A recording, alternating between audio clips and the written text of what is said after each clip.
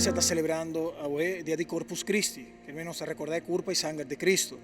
Y la mayoría de nosotros que nos recibí nuestra significación con ese timpanos, pese de nuestra parroquia Cristo Rey, nos hace una bonita procesión con el Santísimo Sacramento, un parte de barrio de Brasil, donde nos estaba en 7 monumentos, y de en cada uno nos reza, comenzando rezando para los países Aruba, y así para enfermos, para que está pobre, que está pasando un momento difícil, para los sacerdotes, que quieren un momento de adoración y un momento de reconocer a Jesús en presencia real, pero pidiendo bendición para los países. Así estaba esta intención, ¿no? Que el pueblo, mes, y está una manera bonita que nos provisa con Jesús a visitar.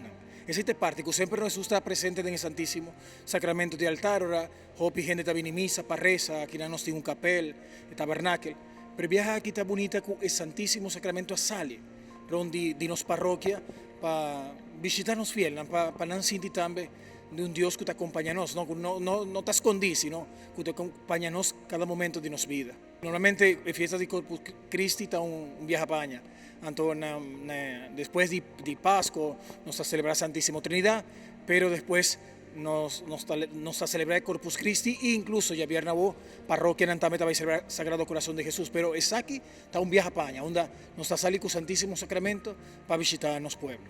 El pueblo, el pueblo preparado, nan mes, nan a visti fulna blanco, nan a vini con lampi sendí, nan una manera bonita, nan a canta, nan a adorar al Señor presente en el Santísimo Sacramento de altar. Pues el pueblo siempre está, los pueblos nan tienen fe.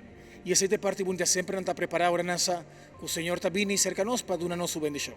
Danke Dios que nos tiene oportunidad que la parroquia está preparada, y año que nos ha preparado diferentes actividades, nos está saliendo en barrio y siempre nos tiene que agradecer el cuerpo policial, para sobre siempre estar atentos, siempre ayudarnos, especialmente para cuidar, ¿no? Para cuidar los barrios, cuidar los endenan y acompañarnos siempre. Dentro de la actividad que nos llega a dejar en parroquia hasta ahora aquí, siempre el cuerpo policial está acompañándonos. Nos quiere agradecer tu pueblo, nos pueblo que está lleno de fe, lleno de amor para nos, buen Dios.